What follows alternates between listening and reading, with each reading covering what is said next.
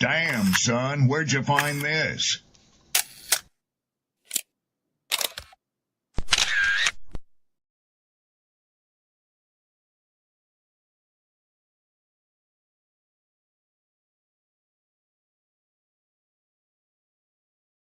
Damn, son, where'd you find this?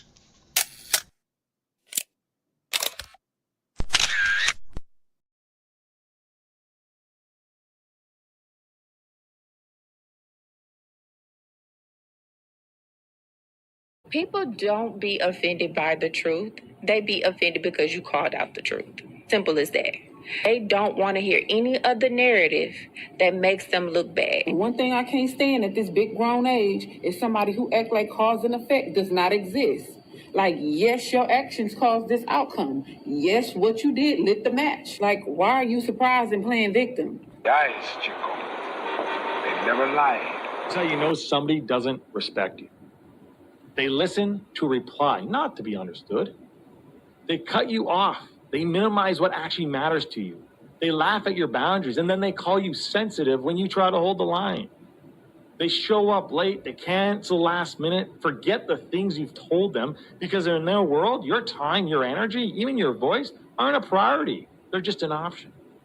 You see, there are two kinds of people. Those who adjust when they realize they've actually hurt you, and those who expect you to adjust so they don't have to change. You don't need to be disrespected loudly to be disrespected deeply. Sometimes you'll see it. It's just in their tone, in their patterns, in the silence after you're known. Respect isn't what they say when they're watching. It's how they act when they think you'll tolerate it. Mantra, slave song, slave ship, rip skin, made me rip bones. But no matter how close I hide, my ancestors speak. They tell me they're tired of the brain on us like we're weak. I haven't been getting sleep. Longing to sing until I surpass peak. Until they think we are equal, please. All I want is peace. My ancestors beat drums until their bones would bleed. Begging the generations remember our story. Yo. Good morning, good people. How's everybody feeling, man? Peace, blessings, glory, praise, and honor to the Most High. Thursday, Friday, right around the corner. The open mic is right around the corner. We back at it. I'm looking forward to it. We got some new faces popping up. It's going to be a goodie. I got Coach in the building. I got Sydney in the building. I send my prayers out to Zay, man. He fighting that bug. I'm going to keep on sending positive energy out to that brother, man, until he back at 100%. We cooking up this year. We got some stuff unraveling. I can feel the shift slowly but surely. You see the title. This ain't a long clip, so I'm gonna need y'all to put y'all thinking cap on. I'm gonna need you to lock in and focus. 11 seconds is all you need to know, all you need to see. But we're gonna converse. Let me bring everybody up. I see you in the building, brother. Salutes. I'm gonna check those names out too, by the way. There's a few of those I'm looking forward to. What up? Good morning, ladies and gentlemen. How is everybody? What's the word? Hello, I'm doing good. Late morning, but at least I got up in time. Hey, morning, everybody. I hope everybody's doing well, feeling fine, staying warm. It's a must. It's a must. Let's do this. So, this man proposes to his girlfriend in the McDonald's, and it's her birthday. Just to give you some backstory, she didn't respond the way that he would have liked, and the internet is very torn with this and how it was handled. So I'm gonna let this play real quick, and then we'll go from there.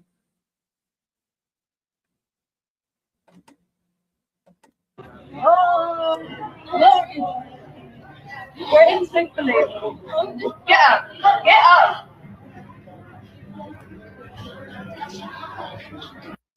Oh, Logan.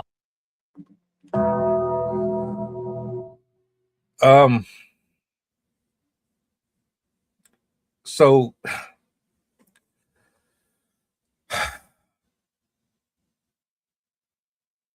I'm how do I want to say this?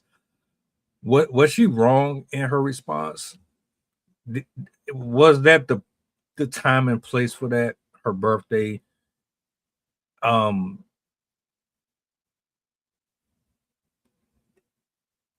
have like things that I want to say, but I want to give y'all a chance to tell me what you observed off of your first reaction to seeing the clip. I mean, a lot of people feel like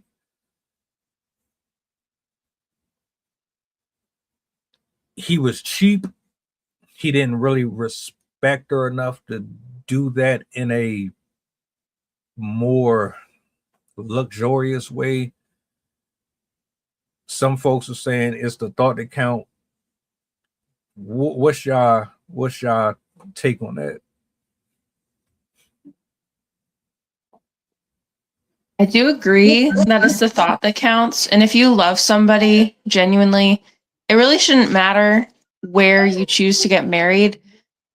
But in that specific circumstance, that definitely seemed to be something he did not think out at all. Like, I think the thing, I'm not put off by the location. I'm put off by the fact that there's a huge crowd. You're standing in line.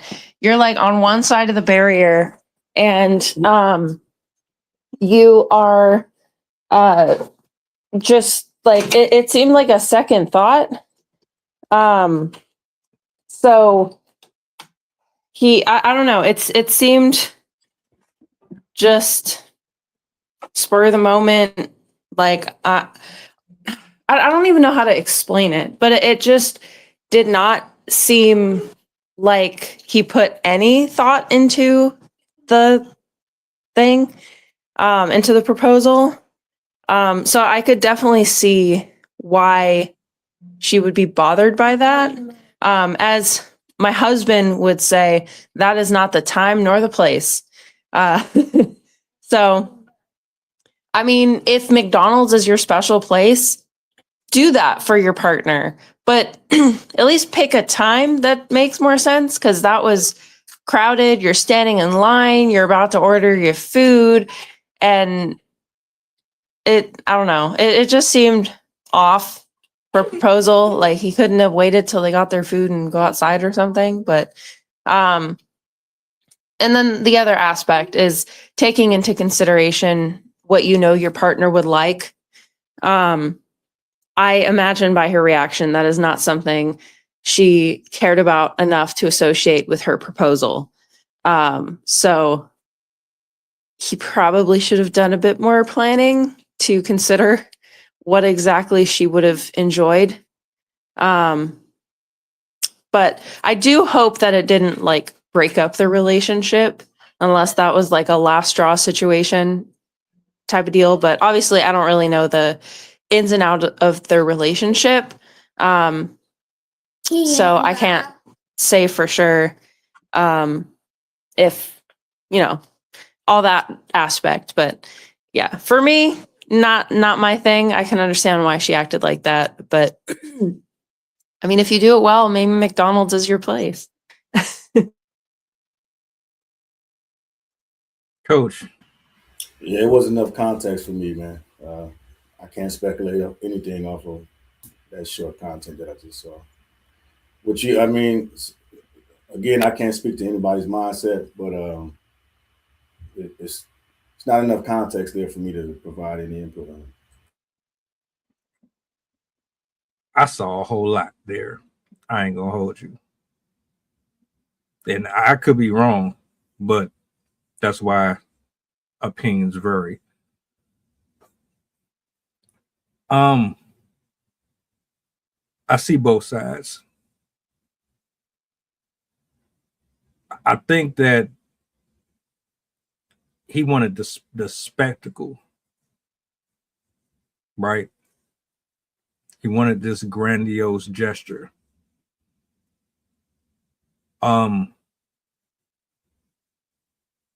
However,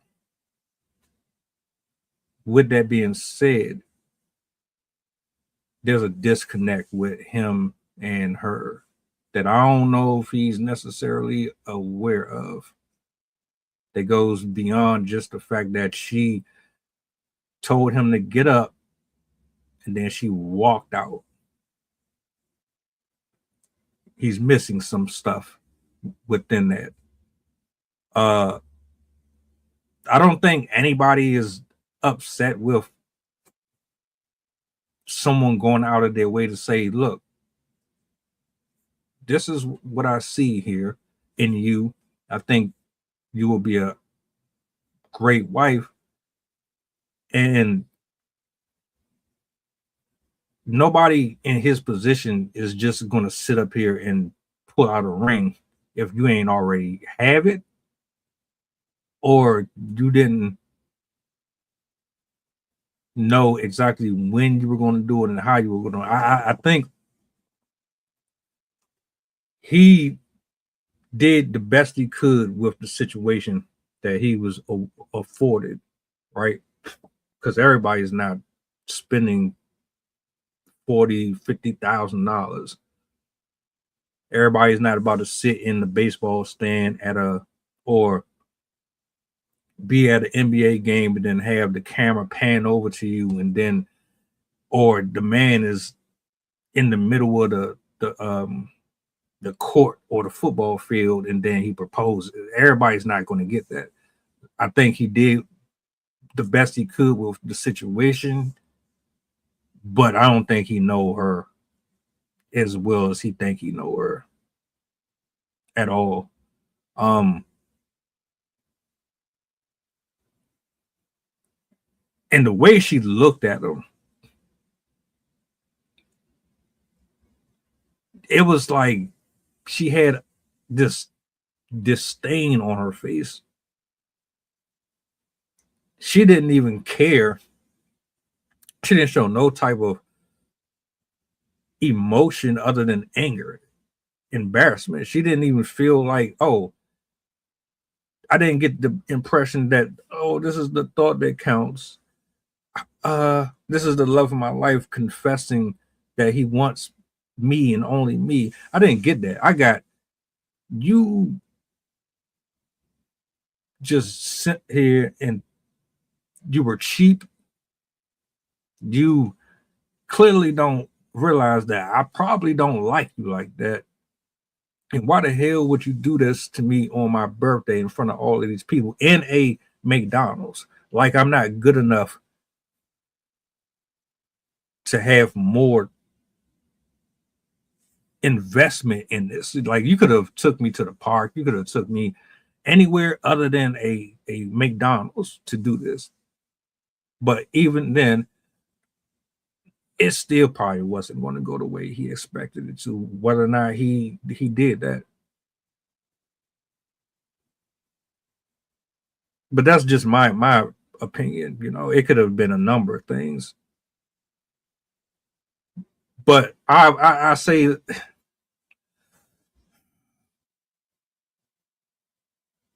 I had this conversation once before with somebody, and I'm gonna yield the mic. And it was unrequited, where I poured more into them. And I said to her, the reason why you don't respect or have the same level of appreciation for my gesture versus that other person was because you don't look at me the same way that you look at the other person. That's why it's like, oh, it's just him just doing this. It don't really matter. It don't have the same impact, because if it was Chad or Tyrone, you would have been crying. You'd have been ready to risk it all for him. But because it was me, it's just like, oh, I'm just gonna put this on my mantle with all the heads, like you're a hunter collecting from all the victims that you done. It's just that. It's just a prize to you. It don't really have the same value. So I don't really necessarily think she into him like that. I don't. I use the mic. You got that from 11 seconds of the clip, man? I mean, I'm looking at her face. I'm looking at how she could have said anything, bro. She could have said, let's take this out of the store. But what she did was she looked at him, she mean mugged him, told him to get up, and then she walked out on him. Nothing, it was nothing else. There was nothing else. There was no sign of compassion whatsoever. It was just like dismissed. At least if you're gonna decline his offer, do it more respectfully. You sleep with the dude. You don't move or treat your person like that in front of all them people.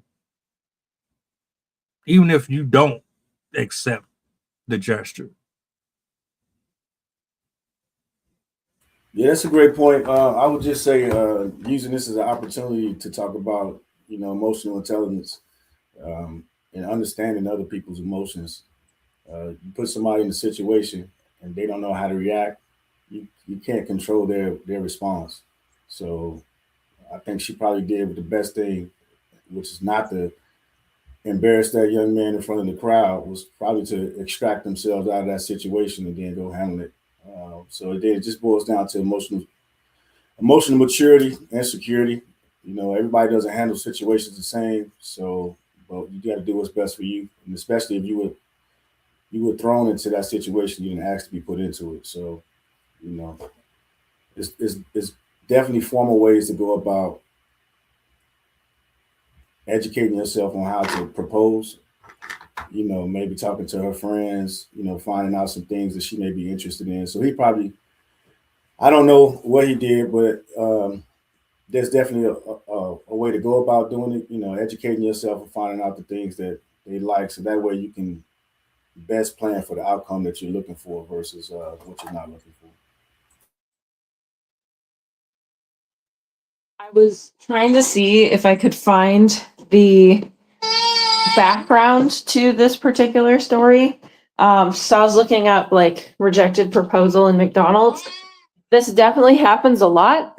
I found a lot of different stories from over the years of people who had their partner propose to them either in a McDonald's or with McDonald's, and all those stories I saw ended in the rejection by the woman who was not happy for one of them said it was not the time or place. A couple of them were saying that they were upset that it was not thought out and that he didn't put any of their likes into consideration. One of them was saying that it seemed like completely unplanned and didn't put any work into it. So this definitely happens. And there were some in other countries too, so it's also not an American thing. But I just found it funny how this is a common thread that people just don't like to get proposed to in McDonald's. I also, just for that specific video, I do wonder how long they've been together. This is again why the context of the relationship really does make a difference, because she could have been rejecting his proposal just because she didn't feel they were together long enough, or she just wasn't happy with the relationship as it was. So I, just with how quick her proposal was, I mean, her rejection, I'm inclined to think that she just wasn't happy with the proposal overall. She didn't really like, I don't think it was the venue, just the venue. I think there were other things going on. But again, without knowing, I couldn't find her specific story. I just found other people's.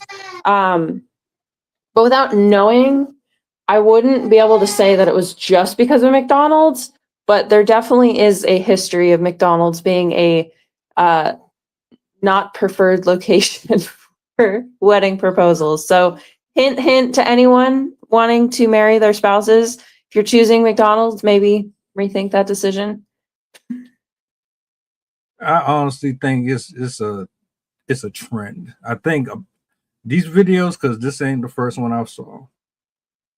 I think when it all boils down to is these dudes think that this is the person, and it's not. Them women don't really be into them like that. They think they are, but they're not. And that's why it always ends up blowing up in their face. I agree with the emotional, intelligent part. Like, put it this way, I don't care who you are. You opening your legs to this person, you gotta have some type of connection with this person or some level of respect for them. You don't do people like that you are being vulnerable with like that. As far as so two things. Let me see if I can chop this up right.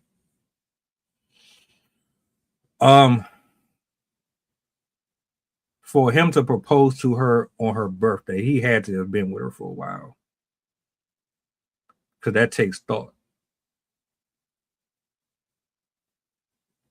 At least to me. I could be wrong. Like I said, I just think that the brother just don't have the money to put her in a helicopter and fly her across the city and then do the whole big shebang. I think really what this stuff be coming down to is folks really care more about the celebration versus the actual gesture. Like you want the lavish experience, because if you really care about a person, it shouldn't really matter where they propose to you at. It shouldn't matter where the gesture come from, as long as it's from the person that you wanted to come from. That's all that should matter. I don't care if I gave you a Lego ring, got it out the bubblegum machine. If you really like that person, you're going to appreciate it, period. And the fact that we have so many stories like this, I'm just at the point where I'm like, does the gestures really, is this really about the gesture itself, or is it about the person? I think it's both. If it's the right person, you won't really care that much of what they do, as long as they're not like completely making something awful.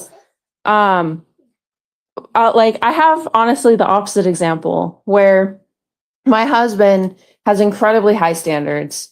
When he does things, he wants it to be like super unique. No one's ever done it before. Elaborate, well thought out. Like if he could, he'd hire people to part. Like he's all out. Like that's what he likes to do. And so I never got a marriage proposal because he had such high standards that he never got to the point of actually like executing anything.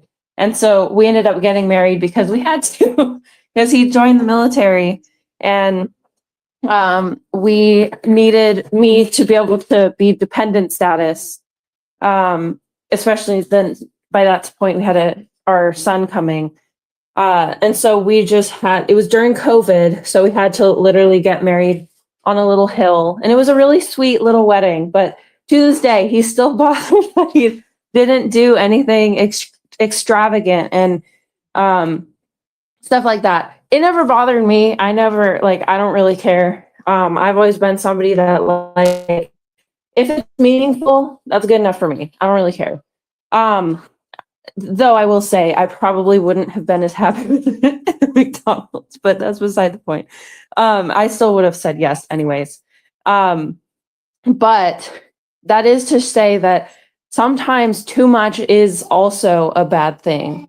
Like wedding proposals don't have to be this you get a parade and a full band and there's a dance routine and even that can be problematic because I know a lot of women today, because of social media comparison, they're up in the ante with everything, their proposals, their weddings, their baby announcements, everything. It has to be bigger and better and more expensive than everyone else's.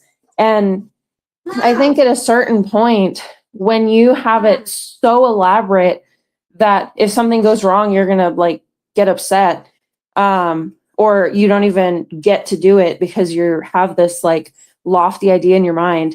It takes away from the original joy of that moment. So I think it's also worth considering, are we putting too much on ourselves? Are we expecting too much? In that if it's not a grand gesture, we're going to turn it down and be like, no, that's not good enough for me. I don't think a lot of women are like that, where if it's not to their standards, they're going to say no. But I think we are getting to a point in society where we're kind of expected. If it's not a huge, grand, unique gesture, then it didn't mean anything, which is not true. You can make things very simple but meaningful without all this excessive stuff. But yeah, that's all to say that we should also value the things that are small and simple, because sometimes they have even more meaning than something that's huge and a big blowout.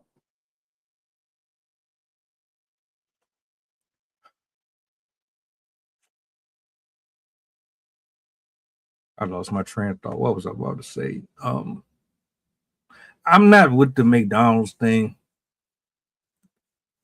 I get being mad about that. It doesn't really seem thought out. It does come off lazy. Even if you don't have the type of money that Deion Sanders got, you can still find creative ways to do the same job, right?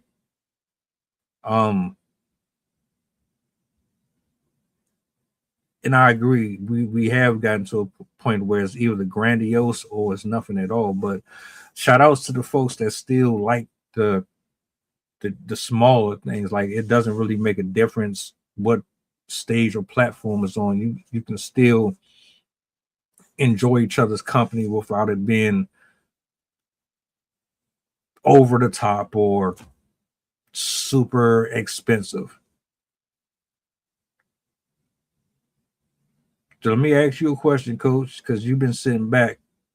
I want to know, man, do you agree? Do you think that we're getting to a place to where gestures from the heart don't have the same value if it's not in a big venue? Man, it doesn't have anything to do with the venue. People just don't respect that shit no more, man. It's all about entitlement. And then people living vicariously through other people's lives on social media. So everybody is presenting this image of just being happy. And like you said, it's about the celebration. Look at things as simple as these gender reveals. They be such theatrics and things that go on within the gender reveals, but people aren't putting the same interest, into necessarily how to be a better parent, right? So it's more or less, like you said, the theatrics of it. And then when you're trying to express something from the heart, they can't post what you express from the heart on social media. You know what I mean? It doesn't have that same effect. It doesn't have that same ripple effect that goes out there that's going to get those likes and those follows. So that's where the disconnect comes into play at. Are you living for real life or are you living for the gram or the internet? And so until you can separate those things, you're going to continue to see what you have. So why are we seeing so many of these blooper proposals? Are we just trying to embarrass these men? Is it something that we missing here? Like, what's going on? Why are you recording these things and then posting them on social media? Just like the failures. Views. No, go ahead. You said it. Yeah, views. You said it, man. It's a new thing, shaming and embarrassing men out there. You're getting the upper hand. You're showing or establishing dominance, right? Man, we talked about this whole role reversal, and not all women, but there seems to be a thing where the women want to be the dominant or the man in the relationship, and to get the upper hand is who's insulting who first and who's getting the upper hand and the likes. And then, like Sid just said, the views. People also love to insult women for I just saw one of the videos when I was trying to figure out who these people were. They were referring to as Bridezilla because she rejected the proposal as it was done.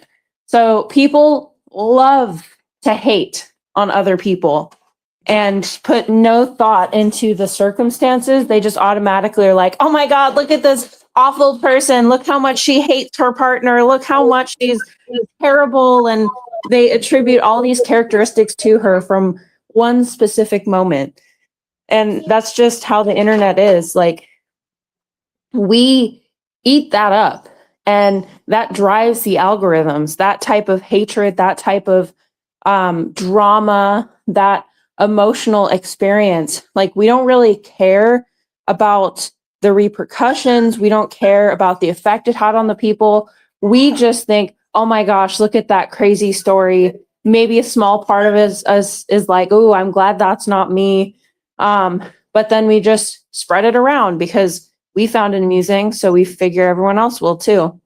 That's why like rage bait is so successful, because we love to be mad. We love to be enraged, and we love to enjoy other people's reactions of anger and rage. Another thing that bothers me alongside that is, how do you not know your partner? You've been around them long enough to at least know what they like and don't. You should. How could you not read the room? You know what I'm saying? I think sometimes we force things that's not there. And I don't know if that's what this was, but I'm not taking it off the table. There's no way in the world he'd been with her for however long and he didn't know that she was going to respond like that. Or you're just telling me that you live in your own little bubble, and this whole relationship is you seeing it one way, she's seeing it in an entirely different way. And then what happened was you thought, and I've seen this happen a lot too, where you will do or perform certain acts for the other person, and then when you don't get the response or the reactions that you like, you're dumbfounded by it. You shouldn't be, really, because you should already know this is what's going on, unless you're just ignoring the other person. Yeah, I don't know about that, man. I had to call bullshit on that. So many people say things nowadays and do something completely different within 10 to 15 minutes later. So you can't know anybody. Everybody nowadays, they're so fickle. They change with the wind. So you can't sit here and say you should know somebody, because again, people are putting on acts and shows their characters. They're turning to a whole nother person when they get in front of these screens. So you have conversations with people, and not even in front of the screen. It's just so many people think it's, and there's nothing wrong with it, but they think it's okay to just change their minds after you had a conversation or after you talked about something, which is completely fine with that. But you got to go back to have the conversation with the person that you had that conversation with and explain that things have changed. You may not think the same way again. You may not feel the same way about the conversation that you had. People aren't doing that. And this is the feedback that you get from the field. A lot of people will just change their mind, and then you're just supposed to be okay with it. Well, I can change my mind if I want to. What's the problem with that? And that goes back to the accountability piece. Again, it goes back to people just, the world we live in, either get down or lay down. Get down with what I'm saying, or I cut you off and I move on to the next person. Because the illusion of there's so many people out there that's available to them on social media.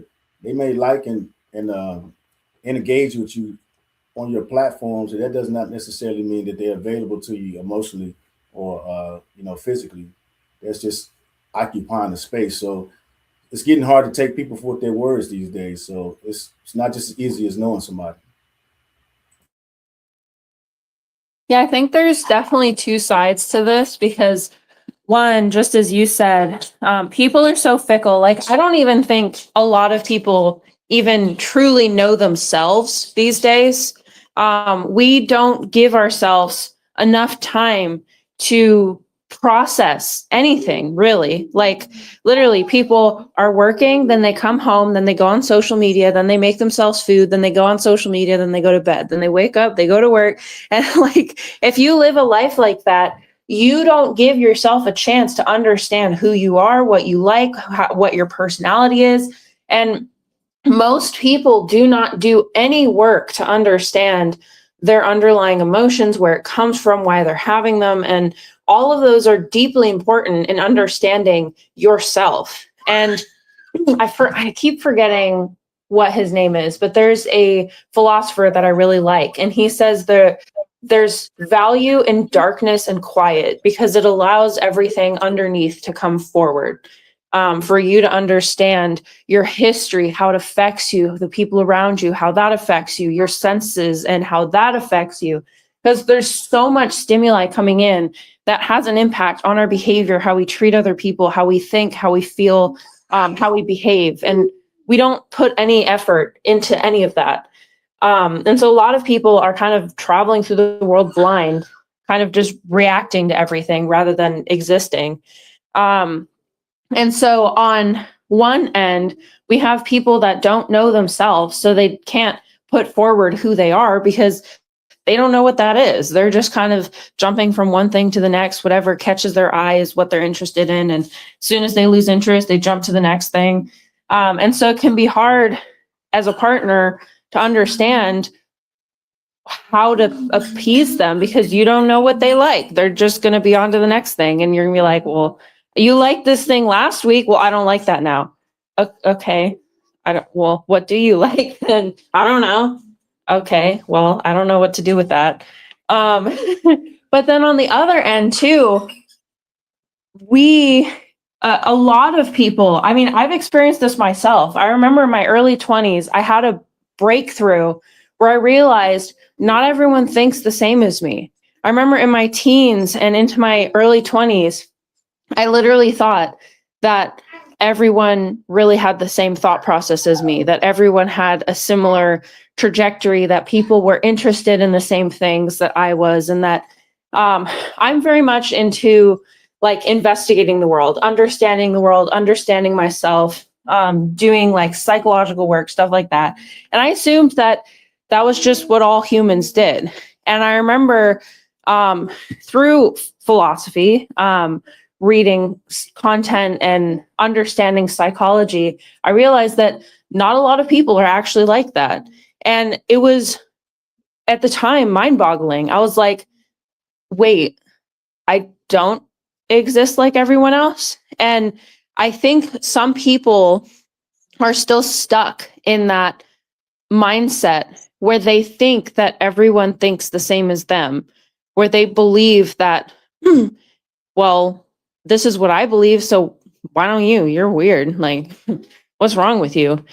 And if you're in a relationship with that type of mindset, that can be, I don't want to say harmful, because I don't know if it necessarily is always harmful, I guess.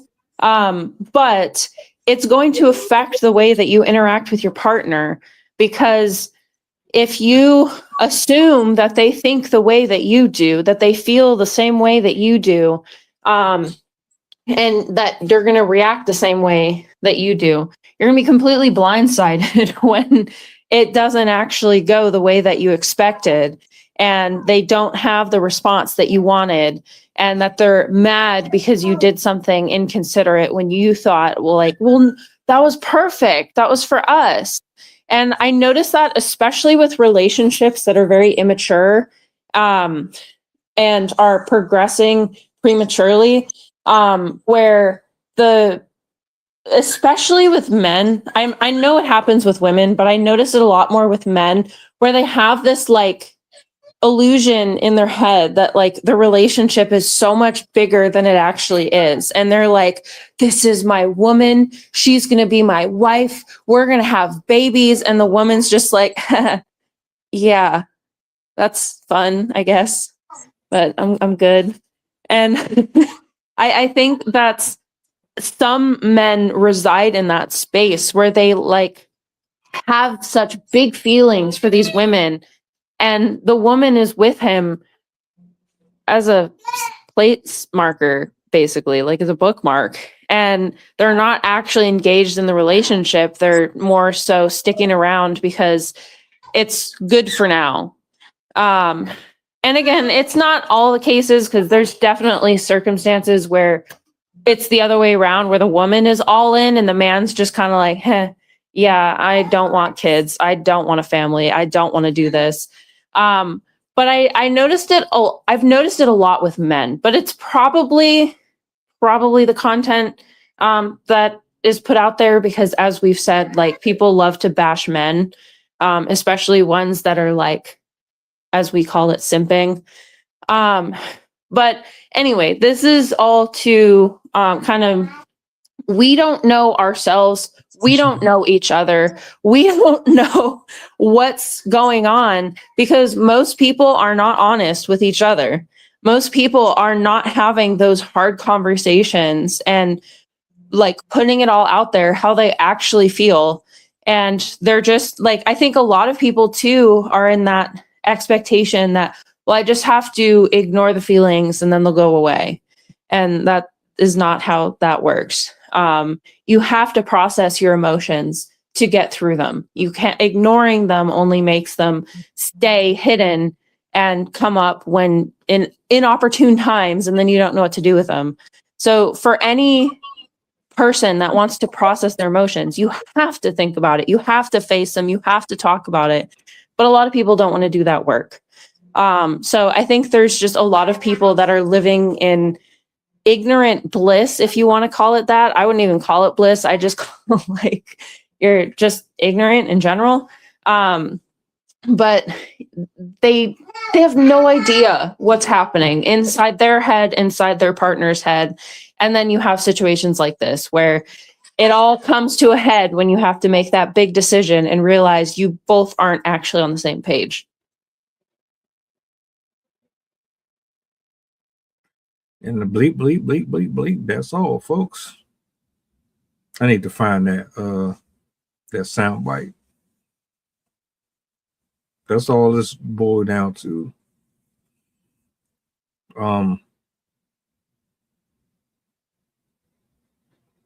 Pursue your dreams and your goals. Stop worrying about dating so much. I'm not saying give up on it, but your priorities should come first. Nobody wants unrequited affection. Period. How do you minimize that? Do what you gotta do for yourself. That way, you know that whoever is coming into your life, they're either going to add on to it or they're going to show that they're not really there for the intentions that you expect. And you can carry on with the rest of your day without being too invested. We pour way too much into other people instead of ourselves. And you get lost in living through them that you don't live for yourself.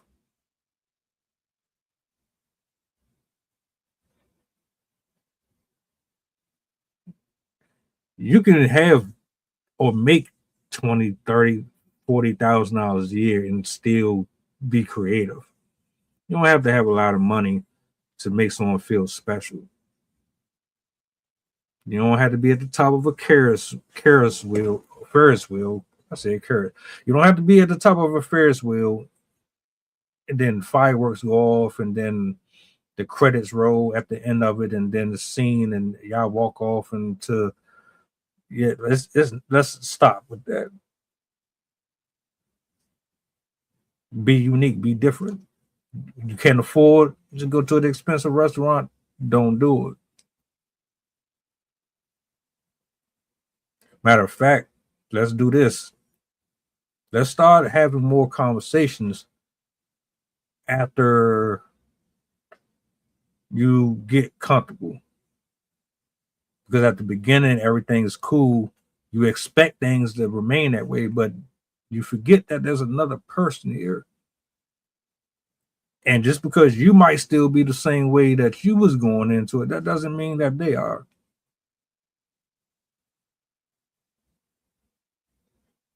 I'm not saying have a seminar, but y'all need to continuously be trying to figure out, all right, are we still moving in the same direction?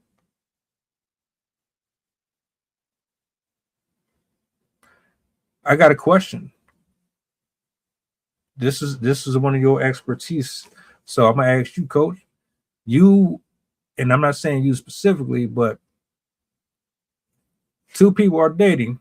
One person seems to still be on the same path that they were on. The other person has made some adjustments and some changes. Evolution. It's inevitable. We're all gonna do it. How do you maintain that relationship that you both had at the beginning of it later on without pretending or acting as if, oh, they're still happy when you really don't know, or vice versa? I mean, that's a great question, man. The only way around it or through it is to communicate honesty, man. I mean, everything we keep talking about every day is about people lying, not being true to themselves and being true to other people. You can have the best of intentions, man. Like you just said, you can try all you want, but if that individual doesn't want to put the work in themselves, then there's nothing you can do, man.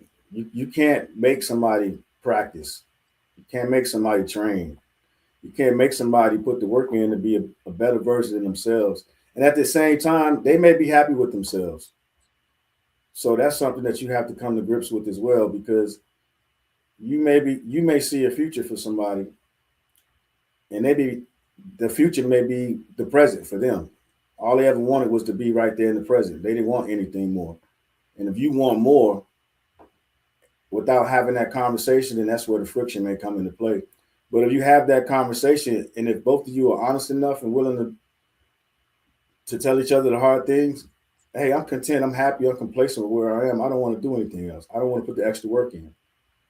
Then that's when you have to come to grips and say, okay, do you want to still be in this relationship, or do you want to have this relationship run its course, right? And those are the type of things you should hope that you got somebody that's been in a relationship 30, 40 years, and it's a relic. It's not necessarily as much anymore to be able to have those conversations. You know, people used to get groomed and mentored by their grandparents, or just, other people, maybe out in the economy, whatever it is that you do, whether you go to church, you play bingo, whatever it is that you try to seek guidance from elders. You should try to have a conversation with them and just not necessarily ask what went right, but when it didn't go right, what did you do to rectify it, and what gave you the strength to stay within the relationship and continue to build? So those type of things you should be asking, because everybody wants to go talk to the people that they perceive to be successful, they perceive to be happy. Talk to the people that's been through some stuff. Because again, it's all about problem solving. If you're not learning problem solving, you're learning to go to Gronk, Google, Alexa, and everybody else and ask for the answer. So, and people are doing that now. Hey, this is what's going on in my relationship. What should I do? People are getting relationship advice from Alexa, Chat GPT, and those type of things. So it's kind of hard to compete with somebody who doesn't want to put the work in, but they just want the end result.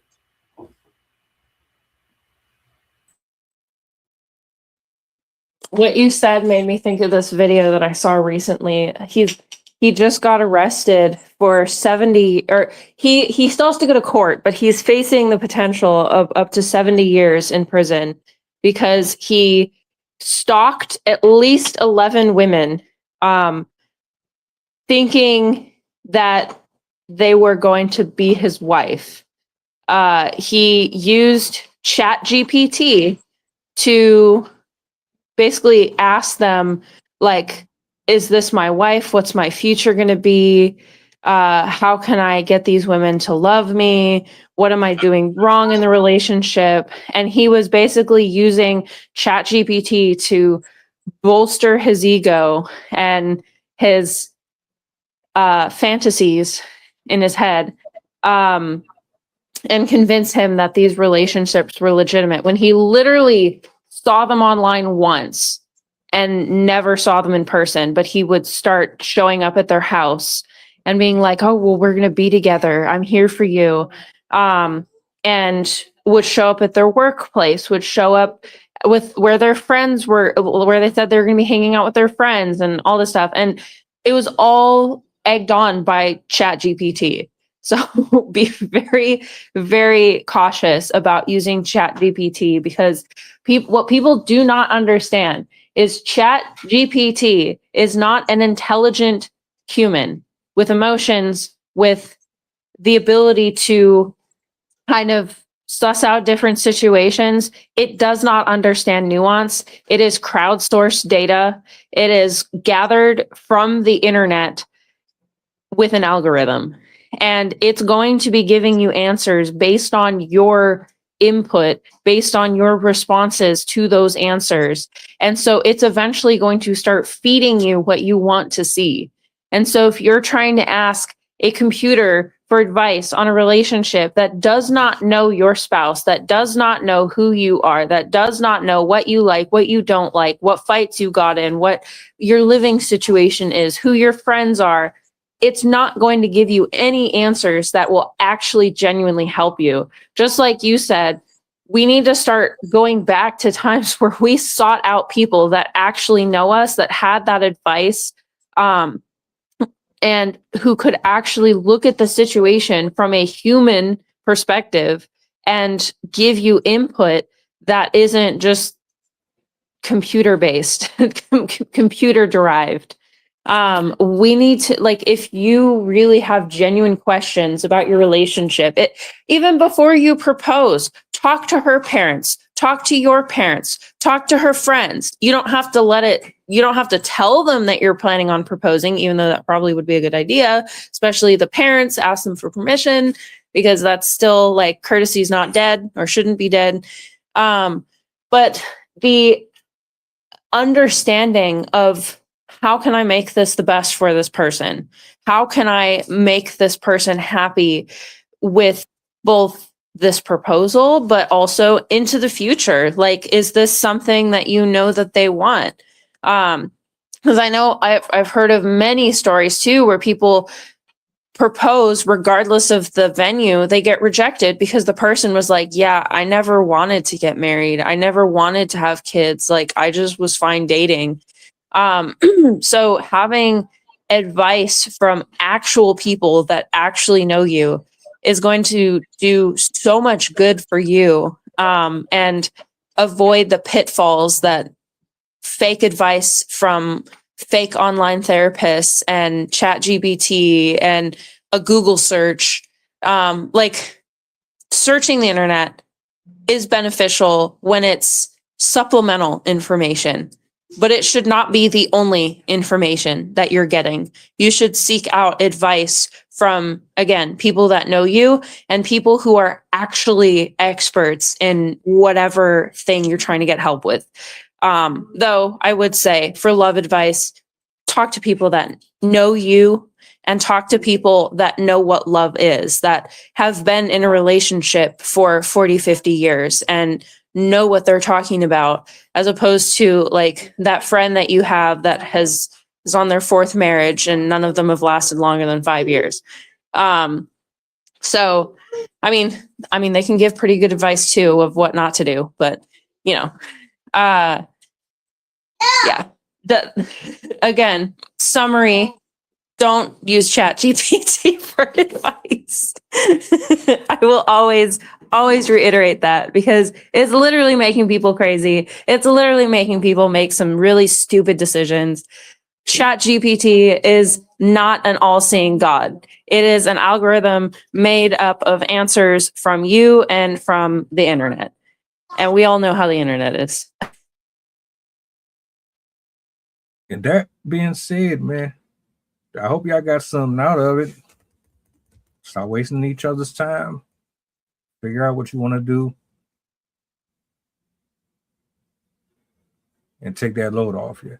Shout outs to everybody in the building. Appreciate y'all for hanging out. See you guys later on. Enjoy the rest of your morning, afternoons, evenings. We out. Doing solid before you go. Push the goddamn button. Peace. Oh, good morning, guys. Mantra, slave song, slave ship, brisket, made me rip bones. But no matter how close I am, my ancestors speak. They tell me the tide isn't run on us like we're weak. I haven't been getting sleep. Longing to sing until I surpass peak. Until they think we are equal, please. All I want is peace.